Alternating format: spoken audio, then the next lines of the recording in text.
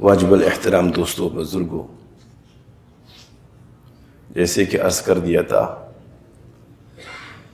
کہ ان آیات میں اللہ تبارک و تعالیٰ نے معاشرتی اصول بتائے ہیں اور ایک ایک حکم بڑی حکمتوں پر مشتمل ہے۔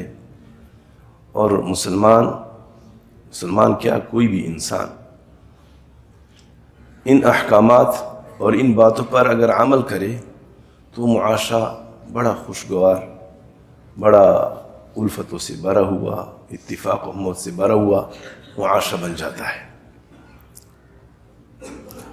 اور جو ان اصول سے انحراف کرے گا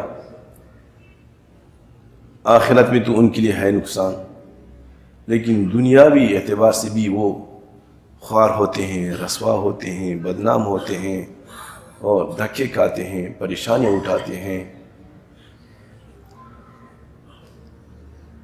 تو ان اصول میں جیسے میں نے عرض کر دیا تھا، اللہ رب العزت نے سب سے پہلا اصول، سب سے پہلا ضابطہ تو یہ بتایا کہ اللہ ہی کو معبود جان لو، وہی ہے سب کچھ۔ یہ سب سے پہلے بتا دیا، یہ بنیادی چیز۔ اور انسان جو بھی کچھ آگے کرے، مثلا والدین کے ساتھ اچھا برتاؤ ہے، اپنے پڑوسیوں کے ساتھ، اپنے رشتہ داروں کے ساتھ، اپنی اولاد کے ساتھ، یتیموں کے ساتھ عہد کی پابندی، اور جو ہے نا کبر سے بچاؤ، بدگمانیوں سے بچنا، یہ سب کچھ جو کرے اللہ کی رضا کے لیے کرے، اللہ ہی کے لیے کرے، وہی جو ہے سب کچھ۔ اور وہ ایسی ذات ہے کہ وہ دلوں کی بیدوں کو جانتا ہے، کس لیے کرتا ہے یہ اللہ جانتا ہے کہ کس لیے کرتا ہے۔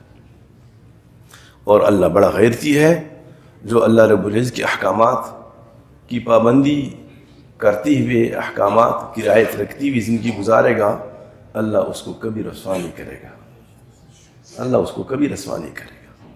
اور جو ہٹ کر زندگی گزارے گا تو کوئی گارنٹی نہیں ہے، کچھ بھی ہو جائے۔ تو چند اصول سے متعلق تو بات ہوئی، آج یہ کہ وَلَا تَقْرَبُوا مَالَ الْيَتِيمِ إِلَّا بِالَّتِي هِيَ أَحْسَنُ، یتیم کے مال کے قریب تک نہ جانا، یتیم کے مال کے قریب تک نہ جانا، الا یہ کہ احسن طریقہ ہو، نیک نیت ہی پر مبنی ہو آپ کا اس میں ہاتھ ڈالنا، کہ اس کے مال کی آپ حفاظت کرنا چاہتے ہیں، اس کے مال کو آپ اسی پر خرچ کرنے کے لیے، کہ وہ چھوٹا ہے، بچہ ہے بیچارہ، مال ہے اس کا لیکن ہو سکتا ہے نقصان ہو جائے، اس نیت سے اگر آپ جاتے ہیں، اس کا مال محفوظ رکھتے ہیں تو ایک بات ہے۔ لیکن زمانہ جاہلیت کے طریقے سے کہ کوئی یتیم ہوگا بس اب اس کا سارا مال سب کچھ ہمارا، والعیاذ باللہ۔ ایک جگہ ارشاد ہے کہ جو یتیموں کا مال کھاتے ہیں وہ اپنے پیٹ کو انگاروں سے بھرتے ہیں، وہ گویا کہ انگارے کھاتے ہیں، مال کھانا نہیں، حقیقت میں اس کا پیٹ جہنم کے انگاروں سے بھرا جائے گا۔ تو سب سے پہلے یہاں یتیم کا ذکر ہوا، یتیم کی ضمن میں اس میں اشارہ ہے کہ ہر کمزور کا مال، ویسے بھی کسی کا مال کھانا بغیر اجازت کے، بغیر خوش دلی کے جائز نہیں ہے، الا ان تکون تجارۃ عن تراض منکم ولا تأکلوا اموالکم بینکم بالباطل، اور الا ان تکون تجارۃ عن تراض منکم، ایک دوسرے کا مال صرف اور صرف یا تو تجارت کی زمرہ میں ہو، وہ بھی رضامندی کے ساتھ ہو تجارت، یا وہ ہبہ کر کے دے دے، خوش دلی سے آپ کو گفٹ کر کے دے دے، تو ایک بات ہے۔ اس کے علاوہ کسی مسلمان کا کیا، کسی کافر کا مال کھانا بھی جائز نہیں، کسی کا مال کھانا جائز نہیں ہے، ہرگز جائز نہیں ہے۔ ہاں تجارت ہے، تجارت کے زمرہ میں آپ دیکھ رہے ہیں کہ اس چیز میں میرے لیے، اگر میں یہاں سے لے رہا ہوں مجھے 100 کا مل رہا ہے اور اس کو میں آگے 110 کا بیچ سکتا ہوں، تو اسی چیز میں آپ کو 10 منافع نظر آ رہا ہے، تو گویا آپ اس کا مال کھا رہے ہیں، کوئی بات نہیں ہے، بشرطے کہ وہ خوشی سے آپ کو 100 روپیہ میں دینے کے لیے تیار ہو، یہ شرط لگا دی۔ یہاں سے ایک بات، عن تراض منکم، آپس کی خوش دلی سے، آپ کی سر آپس کی رضامندی سے کوئی عقد ہو تو ٹھیک ہے، ہمارے علماء نے اللہ ان کو جزا عطا فرمائے، اور حضور علیہ السلام کی طرف سے ہی یہ تعلیم ہے کہ اللہ کے ایک ایک حکم کو اتنا بجا لاؤ کہ اگر اس میں ذرا سا اشارہ بھی ہے نا تو اس سے بھی صرف نظر نہیں کرنا، اس کا بھی خیال رکھنا ہے۔ چند روز پہلے ایک سوال آیا، بنو کی طرف سے سوال آیا، ضمناً بیان ہو جائے تو اچھی بات ہے۔ ایک آدمی ہے، وہ کہہ رہا ہے کہ میری زمین ہے روڈ کے کنارے پہ، دیکھو یہاں سے وہاں تک نظر آ رہی ہے، یہ میں آپ کو 5 لاکھ پہ کنال دے دیتا ہوں۔ دوسرا کہہ رہا ہے کہ بس ٹھیک ہے میرا ہو گیا، بیان بھی دے دیا۔ اب یہ نہیں تھا معلوم کہ زمین کتنی ہے، 10 کنال ہے، 12 کنال ہے، 14 کنال ہے، ایک اندازہ تو ہے دونوں کو، لیکن اندازہ غلط تو ہو سکتا ہے۔ اب معاملہ ڈن ہو گیا۔ اب جب پیسہ دینے کی بات آ گئی اور ناپ تول پیمائش کی جب بات آ گئی تو مالک، اس کو بھی کسی نے کچھ کہا ہوگا کہ بھئی مارکیٹ ایسی نہیں ہے، یا یہ کہ یہ مہنگا ہونے والا ہے اور روڈ کے کنارے زمین ہے، پورا کیوں دیتے ہو۔ بہرحال جب اس نے دیکھا تو یہ تو بھئی 14 کنال ہے، تو مکر گیا، کہہ رہا کہ بھئی میں آپ کو 7 کنال دے سکتا ہوں، 14 نہیں دے سکتا۔ خریدار کہہ رہا ہے کہ نہیں، آپ نے تو مجھے کہا تھا کہ پورا دینا ہے، لہٰذا 14 ہے یا 20 ہے یا 10 ہے یا 5 ہے، آپ نے مجھے پورا دینا ہے۔ ناراضگی ہو گیا، چلو ٹھیک ہے، شریعت پر فیصلہ کر دیتے ہیں۔ صورت انشاءاللہ سمجھ میں آئے گی آپ کو۔ اب یہاں فقہا نے کہا ہے کہ چونکہ مبیع معلوم نہیں پوری طرح کہ 10 کنال ہے، 20 کنال ہے، 5 کنال ہے، تو دونوں کے لیے ناراضگی کی چانس ہے، دونوں اس پر ناراض ہو سکتے ہیں۔ مثلاً بھائی کہہ رہے کہ بھی میرا خیال تو یہ تھا کہ 7 کنال ہے، یہ تو 14 کنال ہے، میں 7 دینے کو تیار ہوں، 14 دینے کو تیار نہیں ہوں۔ بھائی بھی کہہ سکتا ہے، اس کے پاس بھی ایک بات ہے، اور خریدار کہے گا کہ نہیں بھائی مجھے تو پورا چاہیے۔ اور یہ بھی ممکن ہے کہ خریدار کہے کہ بھائی میں تو 14 نہیں لوں گا، اتنے پیسے میرے پاس تھوڑے ہیں، میرا تو یہ خیال تھا کہ 7 کنال ہوگا، 8 کنال ہوگا تو لے لوں گا آپ، اور بھائی کہے کہ نہیں آپ نے دینا ہے، آپ نے بات کی تھی۔ یعنی خلاصہ یہ نکل آتا ہے کہ دونوں کی ناراضگی اس عقد میں، اس سودا میں ہو سکتی ہے۔ شریعت کہتی ہے ختم، یہ بیع فاسد ہے۔ ابھی تک ناراضگی کی کوئی نوبت آئی نہیں، لیکن جب بات ایسی ہے کہ زمین کی مقدار معلوم نہیں اور پیسے کی مقدار معلوم نہیں، تو کسی ایک کو پریشانی ہو سکتی ہے۔ اس لیے شریعت رضامندی کو اتنا اہتمام سے دیکھتی ہے، اتنی اہمیت دیتی ہے کہ عاقل بالغ نے سودا کیا، شریعت کہتی ہے ختم، فاسد، گناہ ہے، ختم کرو، دوبارہ بیٹھو اسر نو، بات کر لو آپس میں تو ٹھیک ہے، نہیں تو پہلے جو بات ہوئی ہے، جو عقد ہوا ہے، ڈن ہوا ہے، وہ ختم۔ اس کو کہتی ہے شریعت عقد فاسد۔ یہ کہاں سے؟ جب دو عاقل بالغ نے آپس میں ڈن کر لیا تو شریعت کیوں بیچ میں آتی ہے کہ یہ عقد فاسد ہے؟ اور کہاں سے نکلا یہ؟ قرآن مجید میں کہاں سے ثابت ہے؟ یہ حدیث میں کہاں سے ثابت ہے؟ کوئی کہہ سکتا ہے؟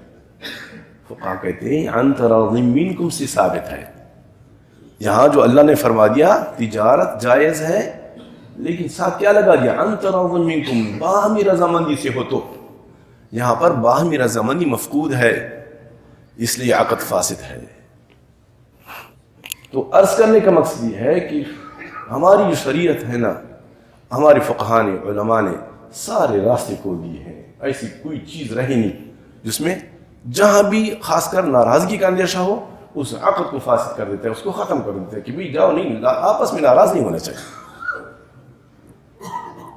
ایک مسلمان کی دل کی قدر زمین سے کہیں زیادہ، ناراض نہیں ہونا چاہیے۔ تو یہ عرض کر رہا تھا کہ ایک مسلمان کا مال اگر آپ کھاتے ہیں تو اس کی خوش دلی سے ہو، طبیعت کی فراوانی اور فراخی سے ہو، طیب خاطر سے ہو، تب تو ہے ٹھیک، وہ گفٹ کر دے، وہ ایسے دے دے جیسے، یا جو ہے تجارت میں آپ نے اس کے ساتھ ڈن کر لیا اور تجارت میں آپ کو نفع نظر آ رہا ہے تو یہ جائز ہے، بشرطے کہ وہ تجارت پوری طرح رضامندی سے ہو۔ اس کے علاوہ کسی کا مال کھانا ہرگز جائز نہیں ہے، کسی کا بھی مال کھانا جائز نہیں ہے، مسلمان کے علاوہ کافر کا مال بھی کھانا جائز نہیں ہے۔ یہاں اللہ تبارک و تعالیٰ نے یتیم کا ذکر فرما دیا۔ دوسری جگہ عام وَلَا تَأْكُلُوا أَمْوَالَكُمْ بَيْنَكُمْ بِالْبَاطِلِ، آپس میں ہر طرح منع کر دیا ہے، لیکن یہاں پر صرف یتیم کا ذکر ہے، اس لیے کہ یتیم بہت کمزور ہے بیچارہ، وہ اپنی مستقبل کا فیصلہ نہیں کر سکتا کہ اس میرے لیے خیر ہے، اس میرے لیے شر ہے، نقصان ہے، اس لیے اس کا مال اگر ہاتھ آ جائے تو اس کا بڑا خیال رکھنا ہے، تمام مسلمانوں کا خیال رکھنا ہے، تمام انسانوں کا خیال رکھنا ہے، لیکن یتیم کا زیادہ خیال رکھنا ہے کہ اس لیے کہ وہ قابل ترس ہے، وہ بھی بس ہے، وہ اپنی حفاظت خود نہیں کر سکتا۔ الا باللتی احسن، البتہ احسن کوئی طریقہ ہو کہ آپ اس کے مال کی حفاظت کر رہے ہیں، آپ اس کے مال کو بڑھانے کی کوشش کر رہے ہیں، حتی یبلغ اشدہ، یہاں تک کہ وہ بالغ ہو جائے، بڑا ہو جائے۔ آگے فرمائے وہ اوفوا بالعہد، عہد کی پاسداری کرو۔ عہد اللہ تبارک و تعالیٰ نے سب کچھ بتا دیا ہے، مسلمان اگر ان چیزوں کا پابند رہے، افسوس سے ہم کہنا پڑتا ہے کہ بہت سارے کہہ رہے کہ یہ مسلمانوں سے عقل نہیں مناسب، سننے میں آتا ہے، واللہ ہم باہر گئے لیکن یہاں پر سنتے ہیں کہ باہر کے لوگ پاکستانی لوگوں پر زیادہ اعتماد نہیں کرتے۔ کیا ہوا؟ وہ عہد شکن ہوتے ہیں، وہ اس لیے نہیں، عہد کی پابندی وہ کرتے ہیں دوسرے لوگ اللہ کی رضا کے لیے نہیں، اس لیے کہ وہ جانتے ہیں کہ اس میں ہمارے لیے خیر نہیں ہے، ایک کے ساتھ کریں گے دوسرے کے ساتھ کریں گے ہمارا خود ٹپ ہو جائے گا، وہ اس لیے عہد کی پابندی کرتے ہیں۔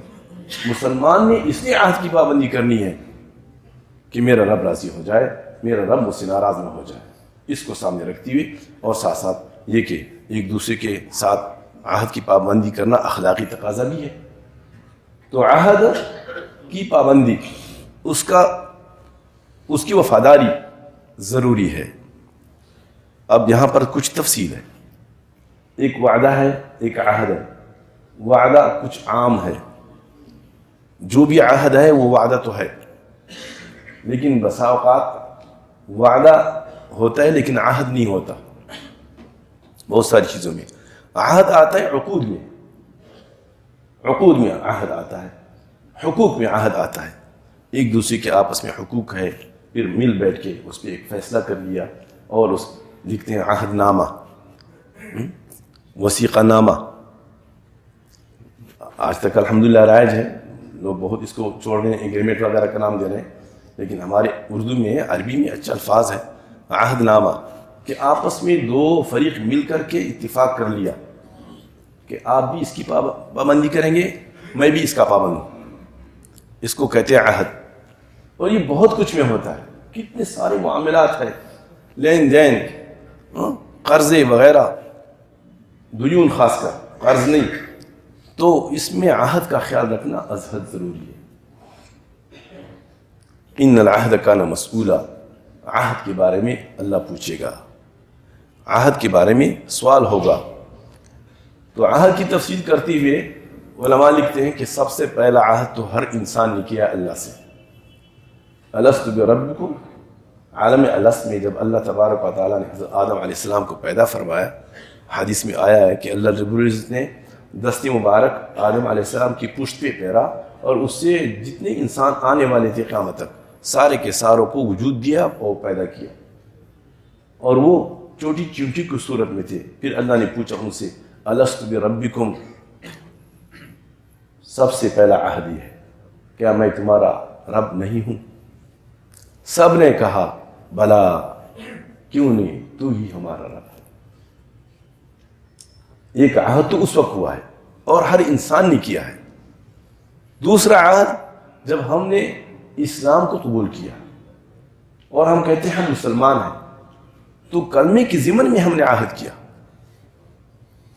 کلمہ کی ضمن میں ہم نے عہد کیا کہ جتنے بھی شرعی احکامات ہیں، دین اسلام کی جتنے بھی تقاضے ہیں، زندگی بھر میں پورا کرتا رہوں گا۔ یہ ایک عہد یہ ہے، یہ اللہ اور بندے کے درمیان عہد ہے۔ اور پھر بندوں کا آپس میں عہد معاملات میں آ جاتا ہے. تو عہد کی پاسداری، عہد کا پورا کرنا یہ دین اسلام کا حکم ہے، اور ساتھ ساتھ اخلاق کا بھی حکم ہے، ایک فطری حکم بھی ہے کہ اس کو پورا کرنا ضروری ہے. اس وقت جتنی بھی یہ پریشانیاں ہو رہی ہیں، کاروباری پریشانیاں، بلکہ اگر سوچا جائے کہ یہ جو ہمارا سودی نظام ہے جس میں ہم جکڑی ہوئی ہیں، اور جو سب مانتے ہیں کہ یار ہے تو لعنت، ایک مصیبت ہے، اس لیے کہ نتیجہ کیا نکلتا ہے کہ غریب تر بنتا جا رہا ہے اور امیر تر بنتا جا رہا ہے. اور تس کا اس کھاتے میں تس کا کوئی نام تک نہیں ہے انسانی ہمدردی کا. اس کے ضابطے ایسے ہیں، لیکن چھوڑ نہیں سکتے. کیوں نہیں چھوڑ سکتے؟ کون سا مشکل ہے؟ وہ مشکل ہی عہد شکلی. یہ مرض عام ہو گیا اور تقریباً سارے اپنی ذاتی مفاد پرست ہو گئے. جہاں آیا کسی کا پیسہ، اب تو آیا، اب تو جوان مر کر کے نکالو ہاتھ سے. الحمد للہ. یہ اس وجہ سے اب مجبوراً ایسے ضابطے بناتے ہیں کہ اگر کوئی نہیں دے، پھر ہوتا ہے اس کے پاس پھر بھی نہیں دیتے، اور اپنی مجبوری دکھاتے ہیں. شریعت کی اپنی مستقل اس کے بارے میں احکامات ہیں، لیکن افسوس اگر مسلمان صحیح معنی میں مسلمان ہو جائے تو یہ پریشانی کیوں؟ یہ پریشانی صرف اس وجہ سے کہ شرعی احکامات کو ہم نے پامال کر دیا، ہم اس کا خیال نہیں رکھتے. تو عہد کی پاسداری، عہد کی پابندی بہت ہی ضروری ہے. سارے معاملات درست ہو جائیں گے. جتنی معاملات ہیں، لین دین کے، خرید و فروخت ہے، اور جو ہے نا نکاح وغیرہ سے متعلق ہے، اور ملکوں کے آپس میں عہد ہے وغیرہ، یہ سب ان کی پاسداری ضروری ہے. فرد پر بھی ضروری ہے اور اجتماعیت پر بھی ضروری ہے. دوسرا ہو جاتا ہے وعدہ. اس میں پھر فرق کرنے والے مشکل ہو جاتے ہیں، مشکل سے فرق کیا جاتا ہے. ایک ہوتا ہے وعدہ. عہد، ہر عہد وعدہ ہے، لیکن بعض وعدے عہد نہیں ہے. مثلا آپ نے کسی کے ساتھ ایسا وعدہ کیا جو اس کا حق بنتا نہیں ہے، اس کا حق آپ پر نہیں ہے. آپ نے وعدہ کیا کہ فلاں موقع پہ انشاءاللہ میں آپ کا یہ ساتھ دوں گا، میں آپ کا تعاون کروں گا، میں آپ کی مدد کروں گا، فلاں دن میں کروں گا، فلاں وقت میں کروں گا، اتنا کروں گا، ایسا کروں گا. وعدہ کر لیا تو یہ عہد نہیں ہے، یہ عہد نہیں ہے. بلا وجہ اس کا خیال رکھنا، یعنی اس کا خیال نہ رکھنا، اس کا توڑنا، وہ بھی شریعت کے خلاف ہے، اخلاق مروت کے خلاف ہے، لیکن مسئول نہیں ہے. اس کو آپ عدالت میں چیلنج نہیں کر سکتے. اگر کسی نے آپ کے ساتھ وعدہ کیا کہ بھئی پہلی آئے گی تو میں آپ کو 100 روپیہ دوں گا، ویسے دوں گا یا بطور قرض دوں گا، چونکہ آپ کا حق تو نہیں تھا اس پر، اور اس نے وعدہ کر لیا، تو یہ وعدہ ہے، یہ عہد نہیں ہے. اگر وہ کر لے تو بہت اچھی بات ہے، اور اچھی اخلاق کا تقاضا بھی یہ ہے، اور دین اسلام میں پسندیدہ بھی یہ ہے کہ جب وعدہ کر لیا تو پورا کرے. لیکن اگر وہ کسی وجہ سے نہیں پورا کر سکتا تو عدالت میں چیلنج نہیں کیا جا سکتا. جب جیسے یہاں اس عدالت میں چیلنج نہیں کر سکتے، قیامت کے روز بھی چیلنج نہیں کر سکتے. یعنی اس کا یہ مسئول نہیں، مسئول عہد ہے. عہد جو ہے وہ مسئول ہے. ہاں، اخلاق اور بہتر اسلامی تعلیمات کا تقاضا یہ ہے کہ وعدہ بھی پورا کرے، عہد تو پورا کرنا ہی پورا کرنا ہے. ان العہد کان مسئولا. عہد کے بارے میں تو سوال کیا جائے گا، پوچھا جائے گا کہ آپ نے اس کے خلاف کیوں کیا. یہاں بھی پوچھا جائے گا. اگر خلاف عہد کرتے تو عدالت میں چیلنج کیا جا سکتا ہے، یہ میرے پاس ثبوت ہے، یہ میں نے اس کے ساتھ معاملہ کیا تھا، اب جو ہے نا وہ نہیں دے رہا ہے، اس طرح کر رہا ہے. یہ جتنے بھی معاملات خراب ہو رہے ہیں، ایک پلاٹ لیا مثلا، اب اس کی مارکیٹ اچھی نظر آ رہی تھی، اور مارکیٹ تو یہ اتار چڑھاؤ تو آپ کے ہاتھ میں نہیں ہے، وہ تو اللہ کی طرف سے ہے. اب نظر آیا کہ بھئی یہ تو مارکیٹ تو گر گئی اور اس میں کوئی منافع نہیں ہے، بیانہ دیا تھا اور اتنے دن پیسے دینے میں ہے، تو جناب مکر جاتا ہے.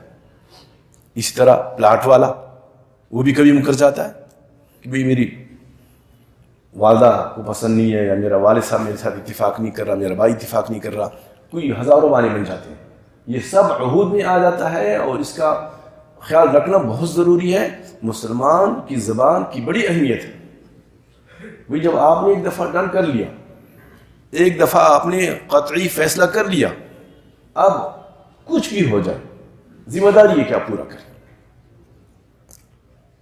کسی بھی طریقے سے وہ ختم نہیں ہو سکتا الا یہ کہ باہمی رضامندی سے دوبارہ ختم ہو جائے. وہ بھی راضی کو صلح واپس کر دو، وہ بھی واپس کر دو، تو پھر جو ہے نا پورے اس کے پیسے واپس کر دینے. بہرحال اس کے بہت سارے احکامات ہیں. عہد کی پاسداری، یہ اس میں معاشرت میں بچت ہے، امن ہے، خوشحالی ہے اور ایک دوسرے کی دلجوئی ہے، اور عہد کی خلاف کرنے میں فساد ہے. آگے فرمایا وَأَوْفُوا الْكَيْلَ إِذَا كِلْتُمْ وَزِنُوا بِالْقِسْطَاسِ الْمُسْتَقِيمِ. ناپ تول صحیح طریقے سے کرو، ڈنڈی نہیں مارنا. جو پہلا عہد توڑے گا الست بربکم والا، تو وہ کسی عہد پر بھی پورا نہیں اتر سکتا. اور جس کا یہ اعتقاد ہے کہ میرا رب اللہ ہے، تو یہ تجارت وغیرہ یہ سب تو ترتیب ہے، ایک بہانے ہیں، زندگی گزارنے کے طریقے ہیں. دینے والا تو میرا اللہ ہے، یہاں سے اگر کم مل رہا ہے کہیں اور سے وہ زیادہ دے دے گا، کسی بھی طریقے سے دے دے گا. جس کو یہ اعتقاد ہو وہ کبھی خیانت نہیں کرے گا، وہ ناپ پیمائش وغیرہ میں تول میں کمی نہیں کرے گا، دھوکہ نہیں کرے گا. لیکن جس کا وہ یقین کچا ہے اس پر کوئی بھروسہ نہیں، کچھ بھی کر لے گا. وَأَوْفُوا الْكَيْلَ إِذَا كِلْتُمْ وَزِنُوا بِالْقِسْطَاسِ الْمُسْتَقِيمِ. صحیح ترازو سے تولو. ذَلِكَ خَيْرٌ وَأَحْسَنُ تَأْوِيلًا. یہ بہترین ہے، بہتر سے بہترین ترتیب ہے. آگے پھر اور موضوع ہے وَلَا تَقْفُ مَا لَيْسَ لَكَ بِهِ عِلْمٌ إِنَّ السَّمْعَ وَالْبَصَرَ وَالْفُؤَادَ كُلُّ أُولَٰئِكَ كَانَ عَنْهُ مَسْئُولًا. جس بات کا پوری طرح علم نہ ہو اس کا پیچھا مت کرو، اس پر ڈٹو نہیں. پوری طرح علم نہیں ہے اور بس سنی سنائی بات ہے یا ایک وہم و گمان ہے اور اس پر آپ ڈٹ گئے اور اس کی جو تقاضا ہے اس کا پورا کر رہے ہیں، تو یہ غلط بات ہے. بے شک کان، آنکھ اور دل سب کے بارے میں، سب ان چیزوں کے بارے میں مسئول ہے، پوچھا جائے گا. اور پھر آگے ہے وَلَا تَمْشِ فِي الْأَرْضِ مَرَحًا. تکبر سے متعلق ہے. انشاءاللہ اگلی جمعے اللہ زندگی نصیب فرمائے کرے.